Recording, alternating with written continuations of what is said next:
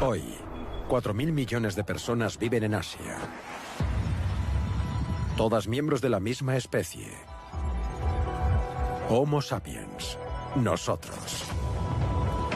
Pero no siempre fue así.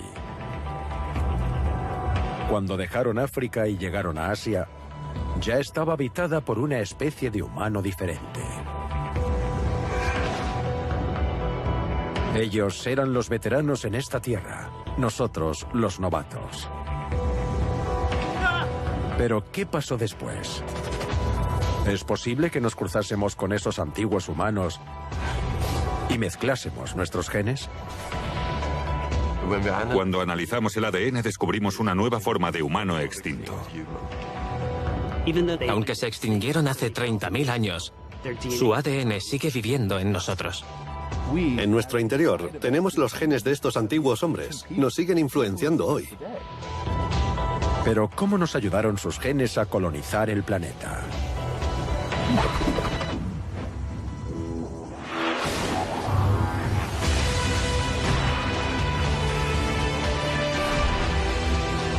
Esta es la historia de nuestros antepasados y de cómo se extendieron a todos los continentes del mundo. ¿Cuál fue el secreto de su éxito? Su historia es nuestra historia.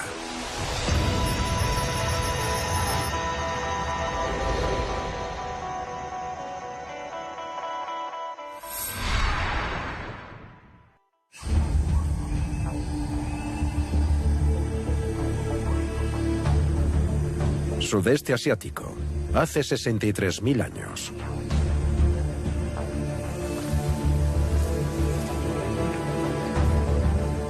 Un grupo de cazadores-recolectores en busca de comida.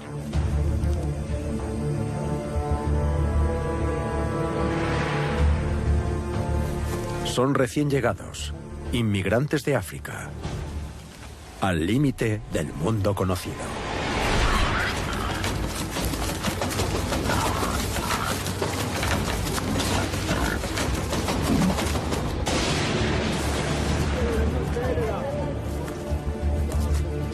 En los trópicos los humanos no viven en cuevas. Hay demasiados depredadores venenosos. Las utilizan como refugio para escapar de la lluvia.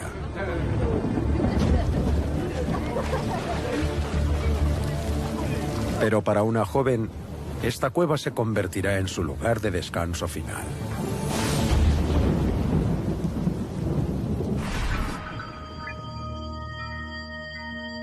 Sus restos han sido descubiertos recientemente. Podrían ser los restos de humanos modernos más antiguos encontrados en Asia.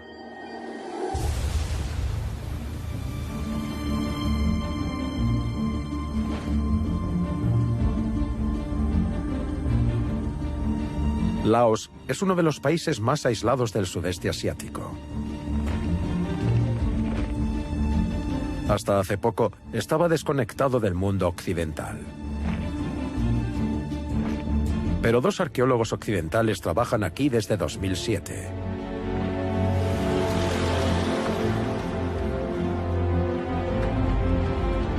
Laura Shackelford, de Chicago, y Fabrice Demeter, de Francia. Llegaron a Laos siguiendo una corazonada.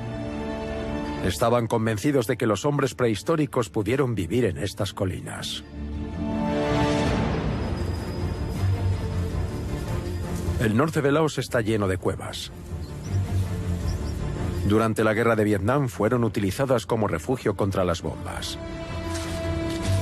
Pero nadie las había explorado adecuadamente. Hasta ahora.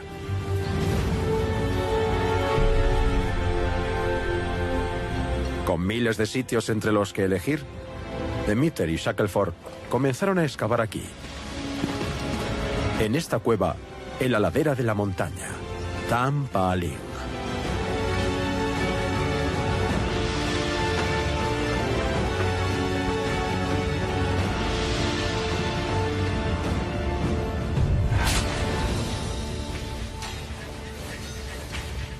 Ayudados por un pequeño ejército de trabajadores laosianos, Comenzaron a excavar en toneladas de arcilla.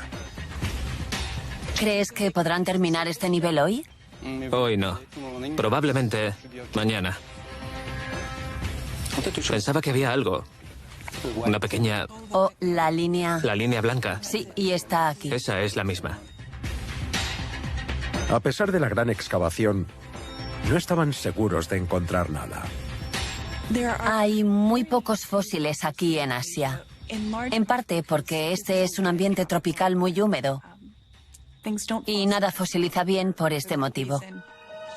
Pero en 2008 descubrieron fragmentos de carbón vegetal. Posibles restos de una hoguera prehistórica.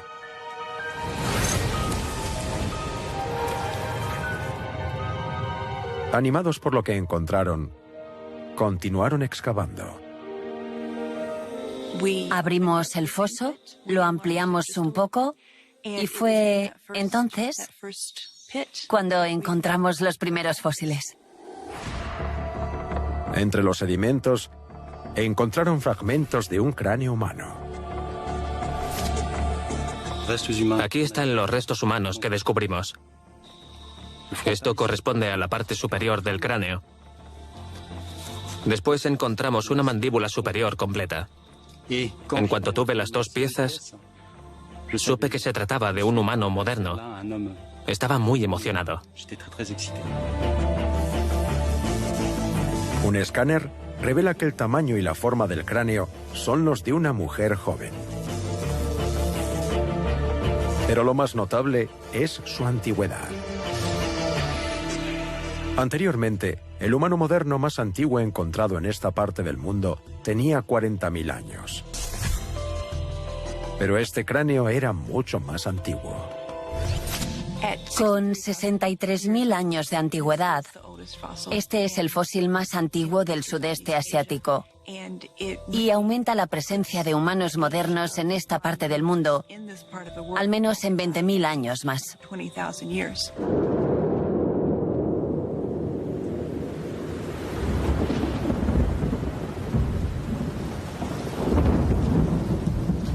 La mujer de Tam Pa Ling es ahora el ser humano moderno más antiguo hallado en Asia.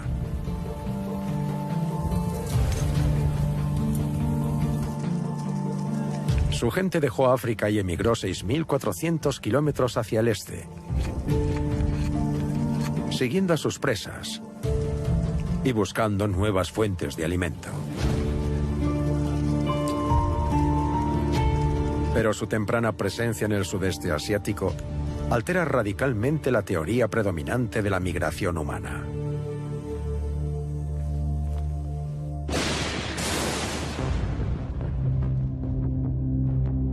La hipótesis convencional sostiene que los humanos modernos emigraron de África a Asia hace unos 60.000 años. Pero la mujer de Tam Pa Ling vivía en la otra punta del continente, en las colinas de Laos, hace 63.000 años. Los humanos debieron de salir de África antes de lo que se pensaba.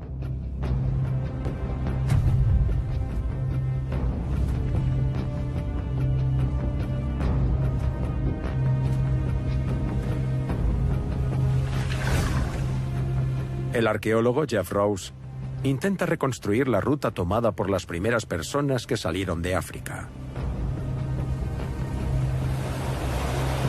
Y busca indicios de dónde comenzó su viaje en la península arábiga.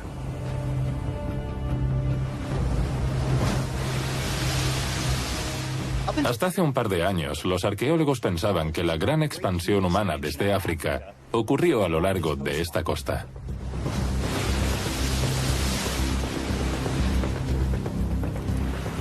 Se hablaba de salir costeando de África, migración costera, el expreso costero. Se pensaba que se convirtieron en gente de mar que habían desarrollado una subsistencia acuática. Podían pescar, podían coger marisco a lo largo de la costa, y eso condujo a esta expansión colosal por Asia y el resto del mundo. Esa es la teoría. Pero, ¿es realmente cierta? Si una cultura africana hubiese llegado a este lugar, habría dejado pruebas de su presencia en forma de herramientas de piedra, por ejemplo. Podríamos hallarlas y verificarlo.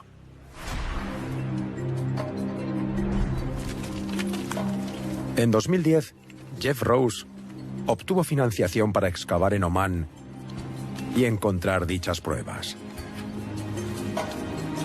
Cualquier cosa que hubiera habido en la costa habría sido borrada por el mar hace mucho tiempo. Pero en las colinas cercanas esperaba encontrar algún signo de vida humana prehistórica. Esta cordillera es muy elevada y está cerca de la costa. Está llena de cuevas, es como un queso suizo. Así que era solo cuestión de tiempo. No nos preguntábamos si encontraríamos algo, sino cuándo. Cavamos un foso de prueba allí, otro en la ladera que conduce a la cueva. En todos profundizamos muchísimo. Y a pesar de ello, no encontramos nada. Nunca encontramos un solo artefacto. Recuerdo que pensé, ya está, olvídate de la costa, tienes que buscar en otra parte, necesitas una estrategia diferente.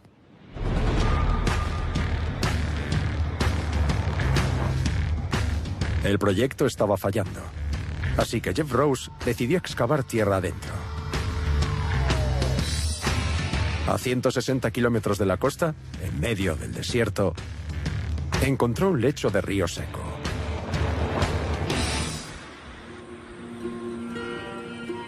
Este es el Wadi Gadun, uno de los mayores cauces de antiguos ríos de Arabia. Debe de haber 800 metros hasta el otro lado. Ahora mismo está seco, pero hace 100.000 años estaba lleno de agua.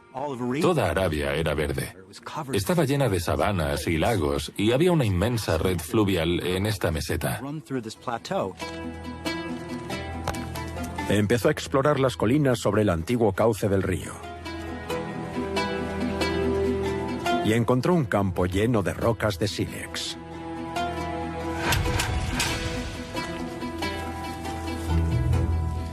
Esto era lo que estuve buscando todos esos años en la costa.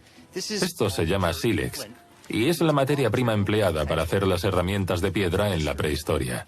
Este sitio está cubierto de este material. Los fabricantes de herramientas prehistóricas venían a sitios como este, hacían sus herramientas, dejaban aquí las lascas y volvían a los valles donde estaba el agua. Así que es un taller prehistórico. Era inconfundible. Los hombres pasaron por aquí y se quedaron el tiempo suficiente como para hacer miles de herramientas. Pero, ¿quién y cuándo? Las piedras le dijeron todo lo que necesitaba saber. Es preciosa. La clásica punta nubia. Esto está hecho por los primeros hombres que dejaron África. Las puntas nubias procedían de una parte de África que ahora se corresponde con Egipto. Se hicieron hace unos 100.000 años. Si esas mismas herramientas se podían encontrar en Omán, estaba claro que esos hombres estaban en la península arábiga al mismo tiempo. Hace 100.000 años. No se trata de algo que podría tener similitudes con la tecnología africana. Es la propia tecnología africana.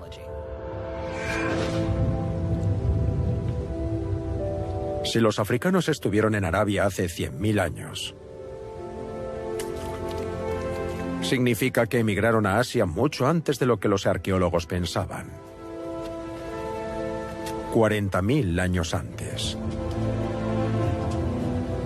Pero, ¿qué los llevó hacia lo desconocido? Tal vez fuese el clima. Hoy en día, el norte de África y Arabia son calurosos y secos. Pero hace 100.000 años esta región era muy diferente. Los desiertos estaban llenos de vegetación y el paisaje era verde. El mundo se encontraba en una fase húmeda. El clima aquí es cíclico. por lo que tenemos un sistema de monzones que circula por el Océano Índico y cuando se intensifica y cobra fuerza, penetra hacia el interior de Arabia. Los ríos secos como este de repente se llenaban de agua y eran como autopistas por las que todo el mundo viajaba.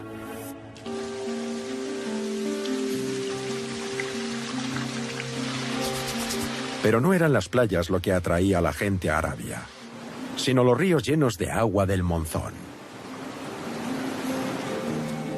Nos dimos cuenta de que a estos humanos no le interesaban las costas.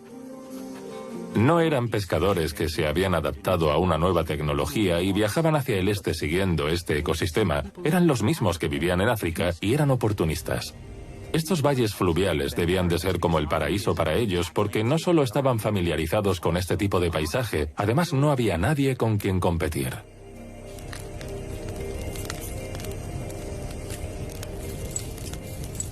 Algunas de las cualidades que observamos en estas personas y que no aparecen antes en la prehistoria es que eran curiosos.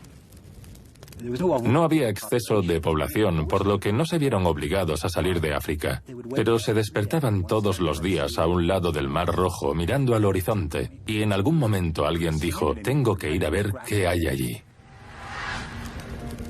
Fue esa curiosidad lo que los impulsó y creo que ese es el aspecto que define mejor a nuestra especie. Siempre queremos saber qué hay al otro lado. El camino a Asia estaba abierto para los primeros hombres.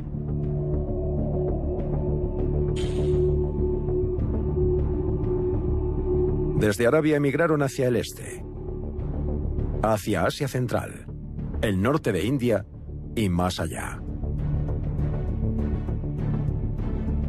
Habrían seguido una red de ríos, pasillos naturales, a través del continente.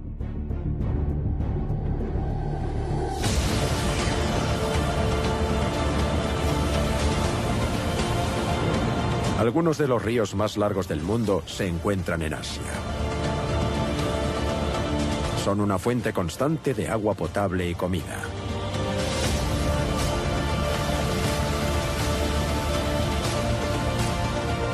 Aún hoy, más del 90% de la población mundial vive a menos de 16 kilómetros de un río.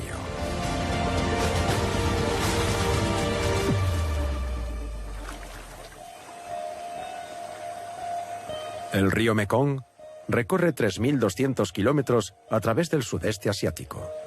Localmente se le conoce como la Madre de Agua. Y pudo llevar a los primeros hombres a las colinas de Laos y finalmente hasta Tam Pa Lin.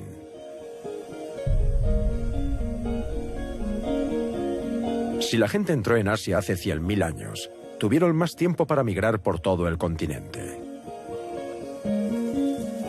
Solo era necesario que se desplazaran 3 kilómetros en cada generación para llegar aquí, hace 63.000 años.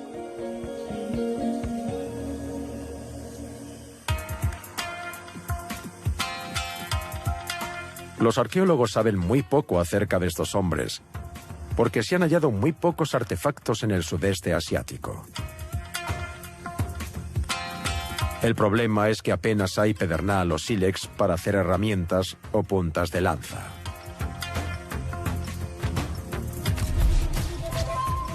Pero hay otra cosa. Bambú.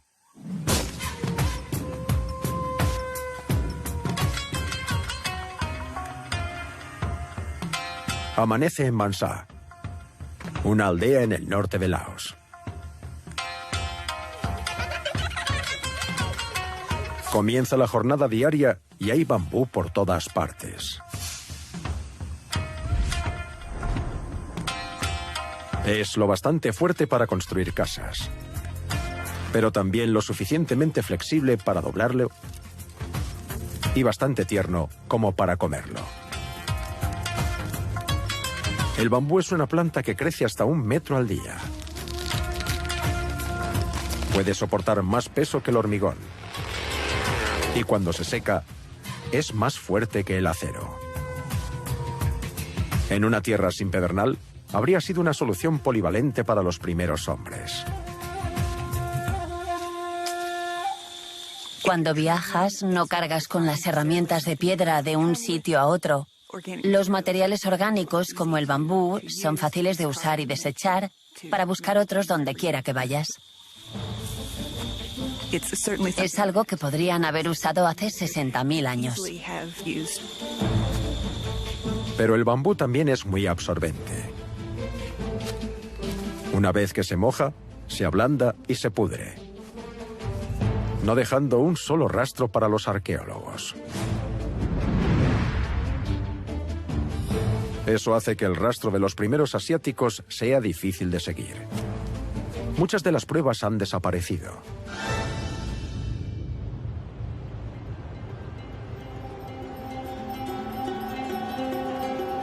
La siguiente huella de ese rastro aparece 480 kilómetros al este, en el sur de China, entre las formaciones rocosas de la provincia de Guangxi. Chan Shujin es uno de los geólogos con más experiencia de China, y se dio cuenta de que este era un paisaje que habría atraído a los humanos prehistóricos. Eso de ahí es la montaña Mulan, una formación típica de roca caliza. Y como se puede ver, tiene muchos picos, muchas cuevas. Son bastante traicioneras. Pero también son un refugio natural. Y para los hombres prehistóricos sería el hábitat perfecto.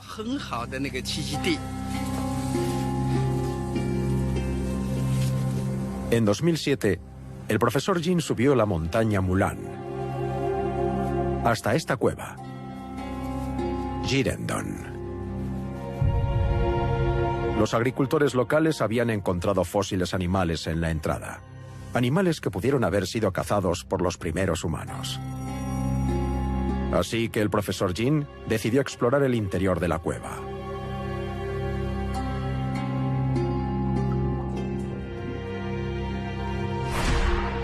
Tras 18 meses de excavaciones, su equipo hizo un descubrimiento.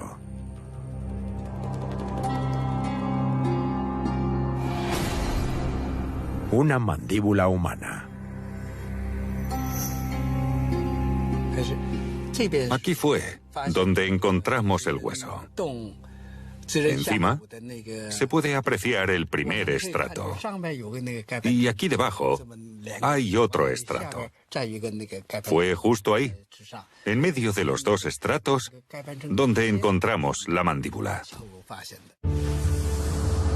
Cuando fechó los estratos circundantes, descubrió que la mandíbula tenía 102.000 años.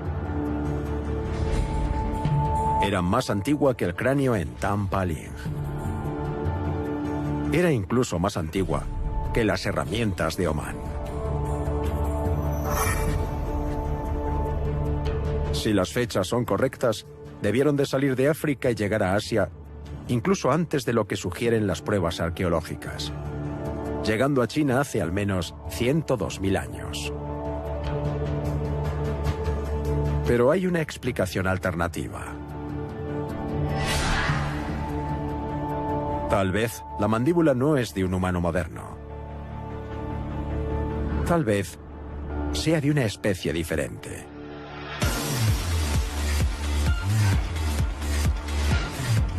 Todas las personas que vivimos hoy, los 7.000 millones de habitantes de este planeta, somos miembros de la misma especie.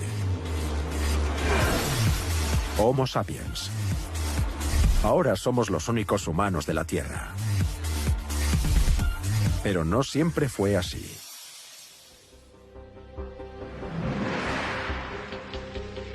El árbol genealógico humano comienza hace más de 2 millones de años. Antes de eso, éramos más simios que humanos. Desde entonces, ha habido innumerables ramas, hojas y brotes que han dado lugar a diferentes especies. Los antropólogos clasifican a todos los que nos precedieron como humanos arcaicos. De entre ellos, la especie con más éxito fue el Homo erectus. A pesar de tener un cerebro un tercio menor que el nuestro, El Homo erectus salió de África 1,5 millones de años antes que los humanos modernos. Ellos, y no nosotros, fueron los primeros habitantes de Asia. Tal vez por eso, la mandíbula de Girendon es tan antigua. Puede que no sea de Homo sapiens, sino de Homo erectus.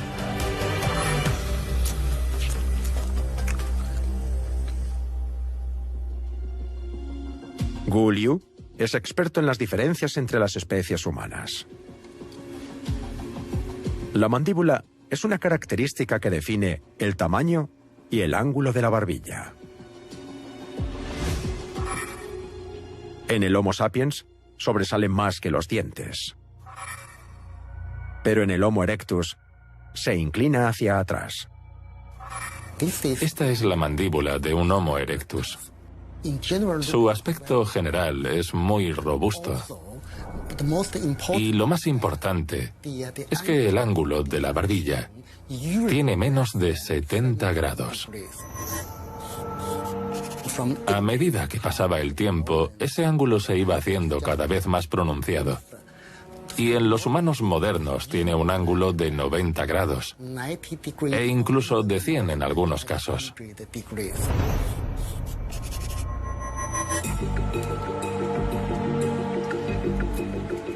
¿Cómo es la mandíbula de Girendon?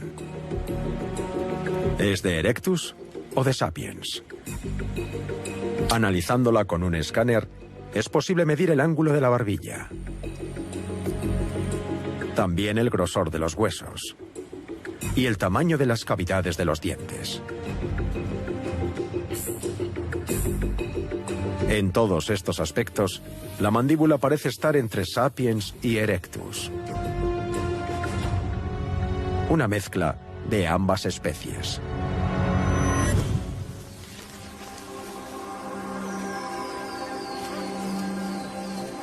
Durante mucho tiempo se pensaba que el Homo erectus se extinguió antes de que los humanos modernos llegaran a Asia.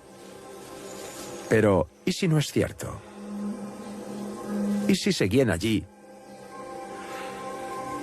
y las dos especies se cruzaron?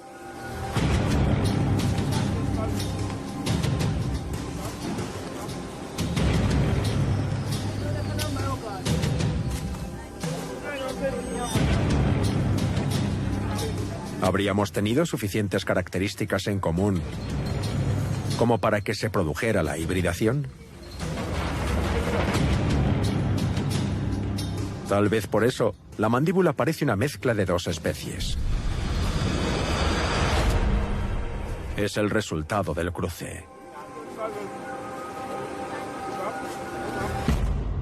Hasta el momento, no se ha encontrado ninguna otra evidencia de tales encuentros en el sur de China. Pero es una idea intrigante que los humanos modernos llegasen y se apareasen con otros tipos de humanos arcaicos. Si sucedió aquí, ¿dónde más pudo haber sucedido? ¿Quién más vivía en Asia cuando llegaron los humanos modernos?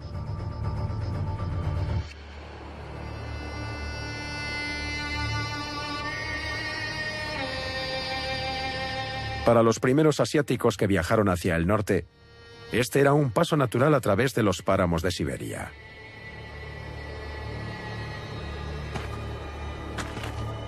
Y aquí, en el macizo de Altai, los arqueólogos han encontrado una cueva como ninguna otra.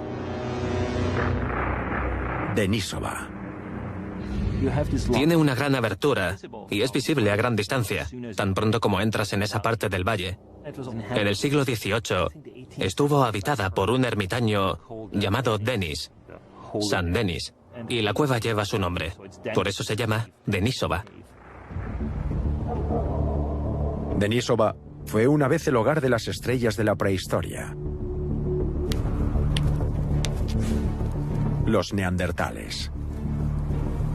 Nuestros parientes más cercanos, los neandertales, son una especie diferente que evolucionó en la Europa de la glaciación y se expandió hacia el noroeste, hasta Siberia.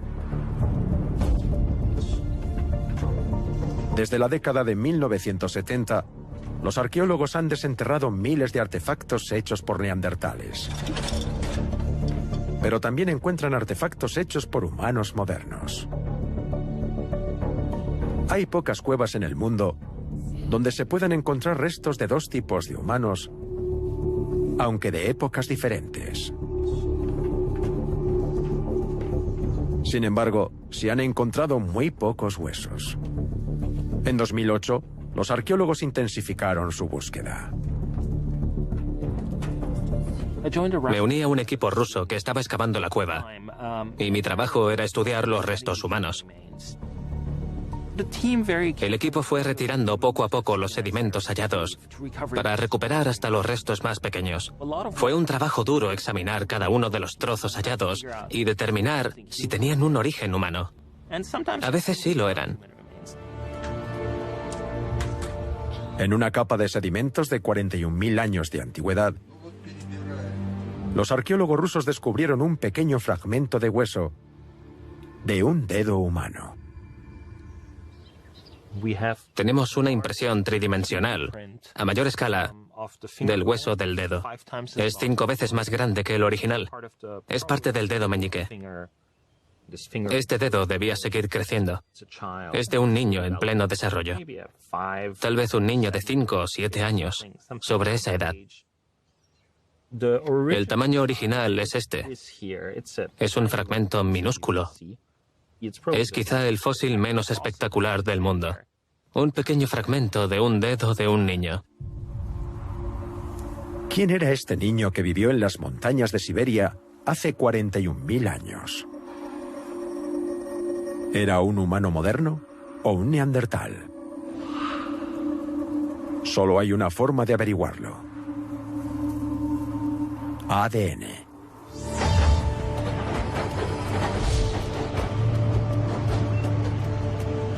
El hueso de dedo fue enviado al Instituto Max Planck, al genetista sueco Svante Pääbo, un pionero en el campo del ADN antiguo. Cuando su equipo encontró algo de ADN aún preservado en el hueso, se dispuso a analizarlo.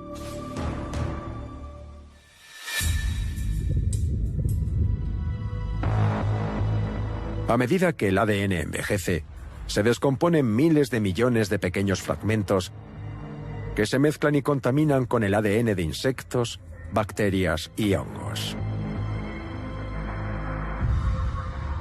El reto de un genetista es identificar los fragmentos humanos, aislarlos y volverlos a ordenar en el orden correcto.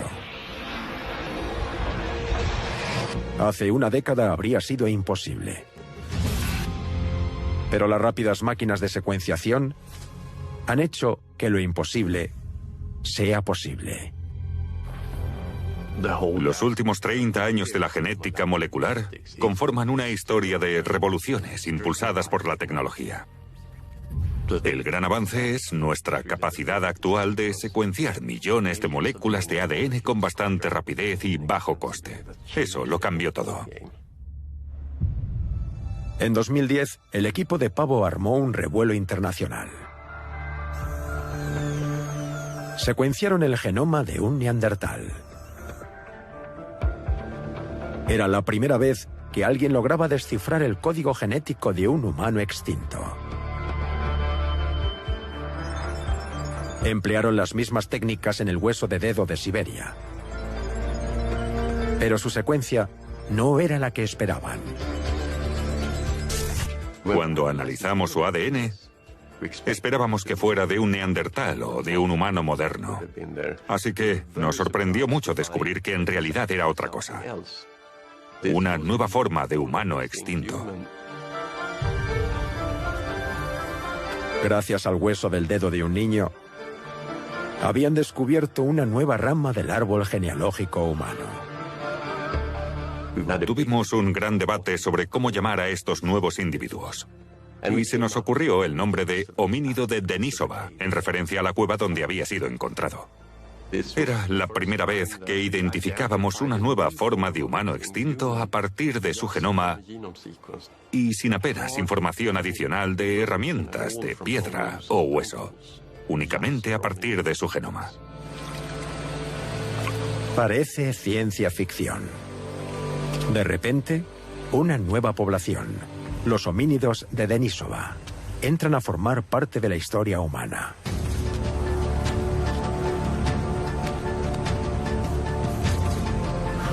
A medida que los humanos modernos avanzaban a través de Asia, debieron de entrar en el territorio de estos hombres.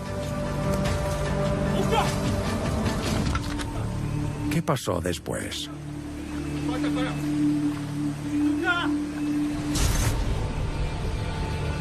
Según la genética, los dos pueblos se cruzaron.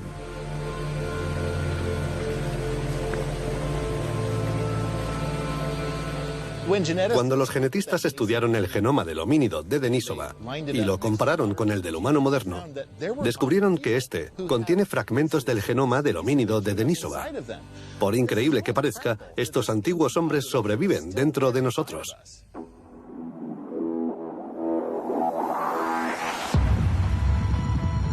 Esta no es la primera evidencia de hibridación entre humanos modernos y arcaicos. Cuando el equipo del Instituto Max Planck secuenció el genoma neandertal, descubrió el mismo tipo de superposición. Y concluyeron que los humanos modernos se cruzaron con los neandertales hace 55.000 años, llevando sus genes consigo hasta Asia. Solíamos pensar que los humanos modernos llegaron a Asia y encontraron una tierra poco poblada, pero no es así.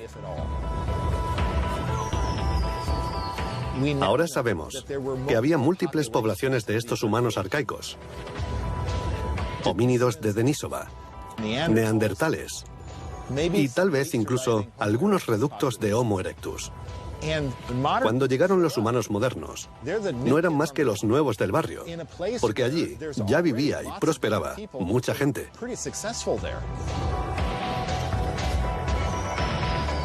Seguramente las poblaciones se cruzaron y las personas resultantes de esa hibridación colonizaron el este y el sudeste asiático. Hoy en día hay 4.000 millones de personas en Asia. Todas ellas han heredado genes de humanos arcaicos. Entre el 1 y el 3% de su ADN proviene de los neandertales. Y en algunas personas, hasta un 5% de los homínidos de Denisova. Asia, el gran crisol de la diversidad humana.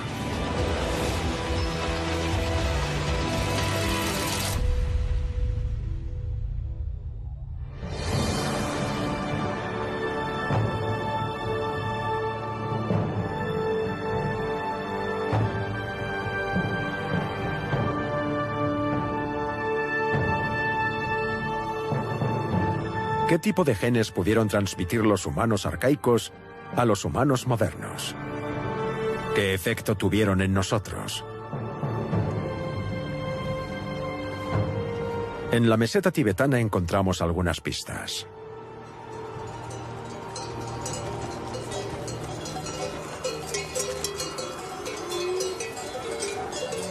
Amanece en el Himalaya y los agricultores dejan salir a sus yaks. Es una rutina familiar. Salen del pueblo y buscan pastos en las laderas de las montañas.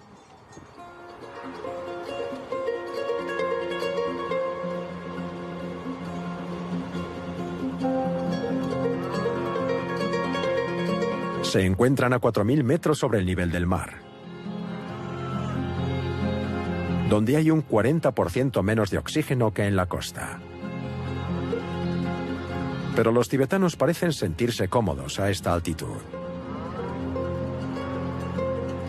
Sus cuerpos se han adaptado a la vida en la cima del mundo.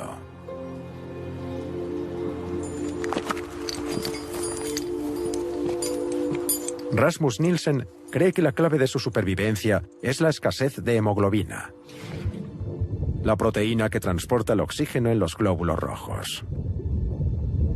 Cabría esperar que a mayor altitud hay más necesidad de hemoglobina, pero los tibetanos producen menos hemoglobina. Lo lógico sería lo contrario. ¿Por qué producen menos? El motivo es que tener demasiada hemoglobina en la sangre puede ser perjudicial. Con demasiados glóbulos rojos, la sangre se vuelve espesa. Lo cierto es que no sabemos cómo funciona exactamente el organismo de los tibetanos con menos glóbulos rojos en sangre. Creemos que han desarrollado la capacidad de producir energía en sus músculos sin usar oxígeno. Uno de los genes que controla el nivel de hemoglobina es el EPAS1.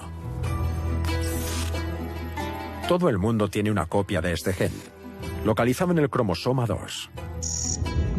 Pero los tibetanos tienen una variante especial que restringe su nivel de hemoglobina en sangre y les permite trabajar a tanta altitud.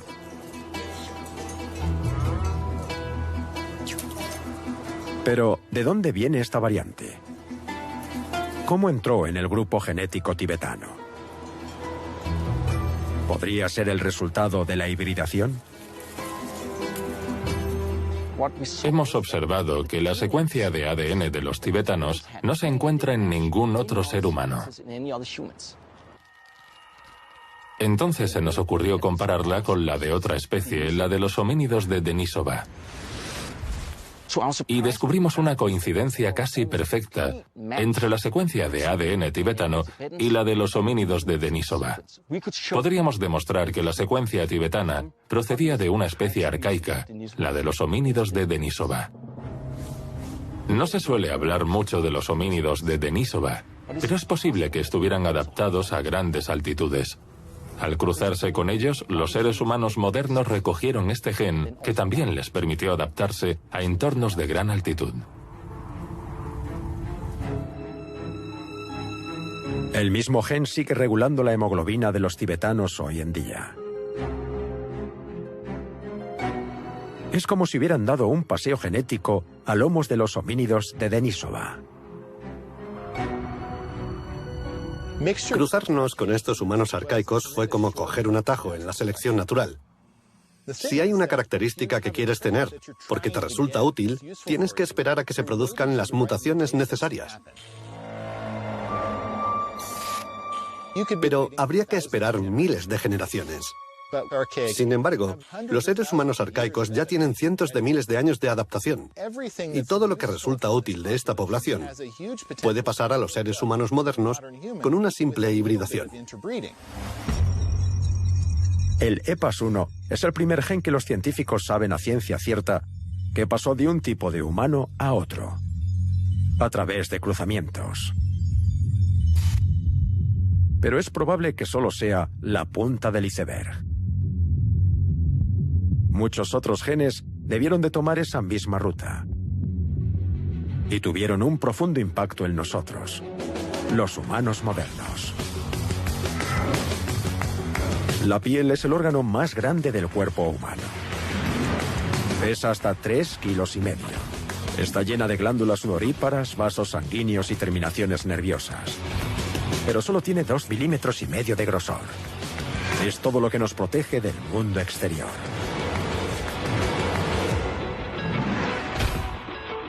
Estos chicos son un buen ejemplo de por qué la piel humana es tan importante.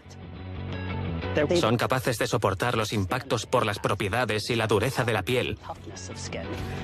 Y gran parte de esa resistencia se rige por la queratina, que es una proteína estructural fibrosa que proporciona a la piel características como elasticidad y fuerza.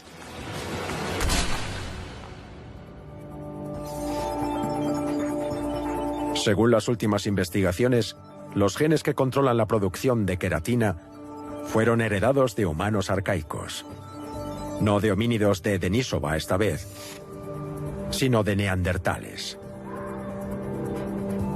Había algo beneficioso en la biología de la piel de los neandertales y su forma de procesar la queratina, que se transmitió en la hibridación y se ha quedado con nosotros desde entonces. Podía ser algo relacionado con la pigmentación de la piel, o tal vez con la cicatrización de heridas. Lo que sabemos es que heredar la versión neandertal de estos genes proporcionó una gran ventaja a nuestros antepasados. Apenas hemos comenzado a entender cómo interactuaban los humanos modernos, los neandertales y otros humanos arcaicos, y cuáles fueron las consecuencias. La genética está reescribiendo la historia humana. Las pruebas de quién se encontró con quién, dónde y cuándo, aparecen en nuestro ADN más claramente que en cualquier fósil. Y esas pruebas sugieren que nuestros parientes eran más importantes para nosotros de lo que antes se pensaba.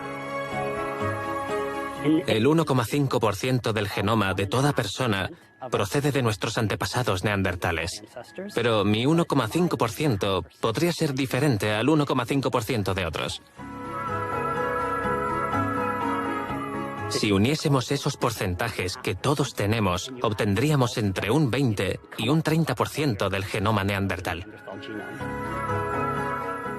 Es extraordinario porque, aunque los neandertales se extinguieron hace 30.000 años, su ADN sigue en nosotros.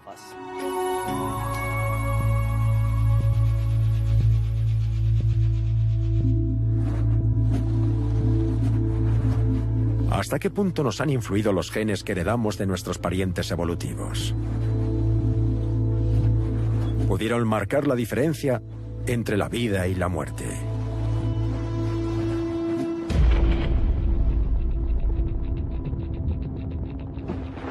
Cada día, nuestros cuerpos sufren el ataque de microbios,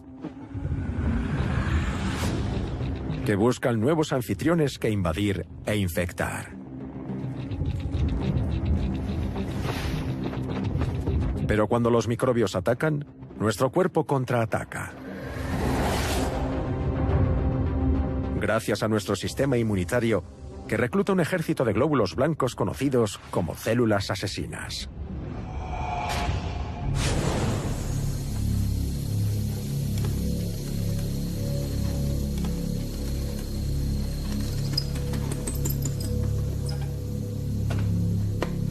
John Trousdale es patólogo y experto en la mecánica de la inmunología humana.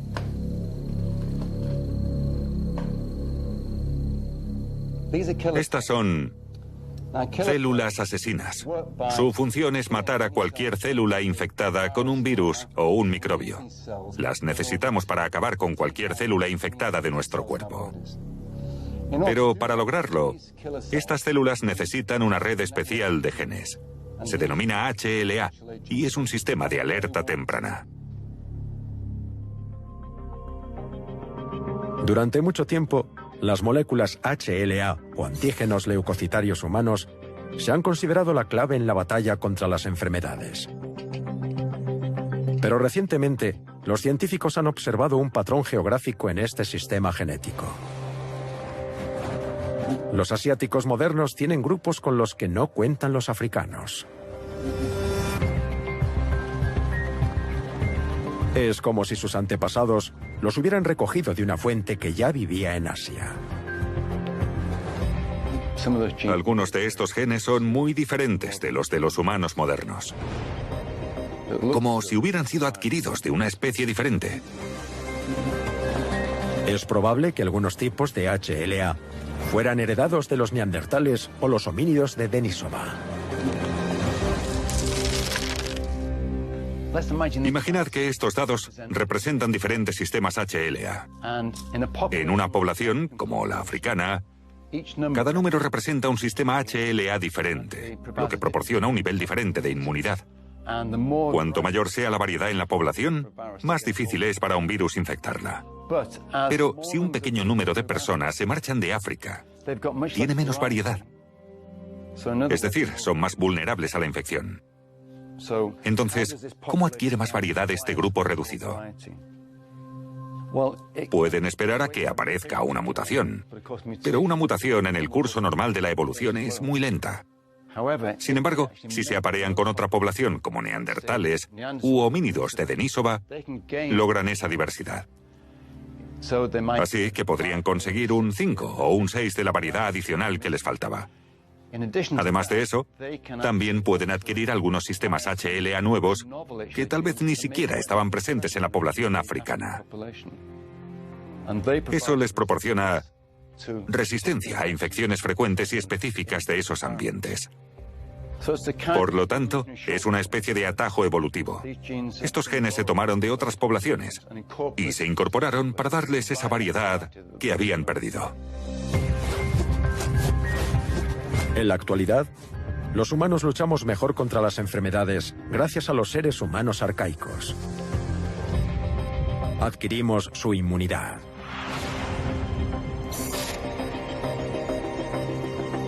Los genes que estaban en sus células son ahora parte integral de nuestra biología.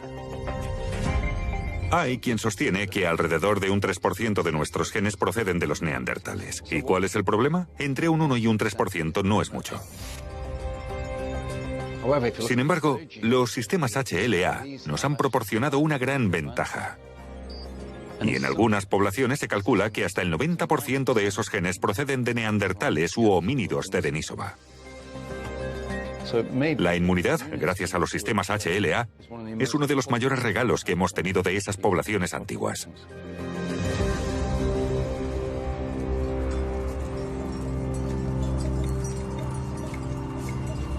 Anochece en la meseta tibetana. Los agricultores traen sus yaks a casa para ordeñarlos. Estos animales son híbridos que han sido cruzados con ganado doméstico para que sean más resistentes y productivos.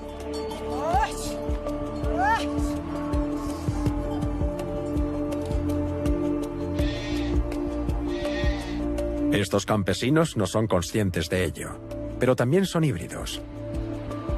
Cruces con homínidos de Denisova, neandertales y puede que incluso Homo erectus. Al igual que ha sucedido con los yaks, la hibridación parece haberlos hecho más fuertes, más resistentes y más sanos.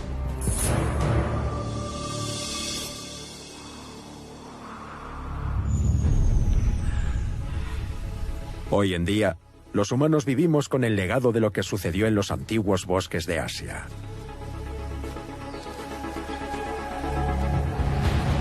Cuando los humanos modernos se trasladaron a Asia, tenían algunas de las herramientas que necesitaban para sobrevivir, pero no todas.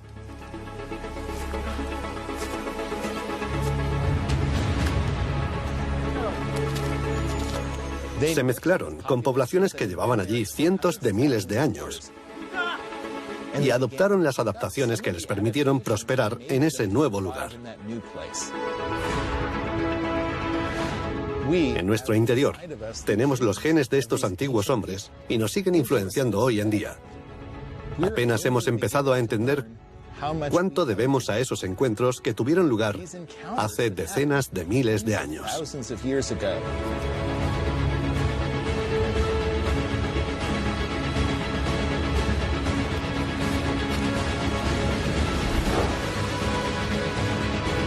El impacto de la hibridación va mucho más allá de Asia.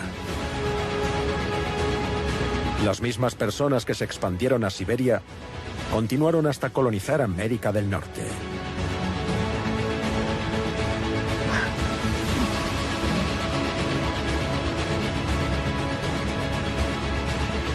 Otros, más al sur, hicieron el mayor viaje de todos, a través del mar hasta Oceanía, el continente más aislado del mundo.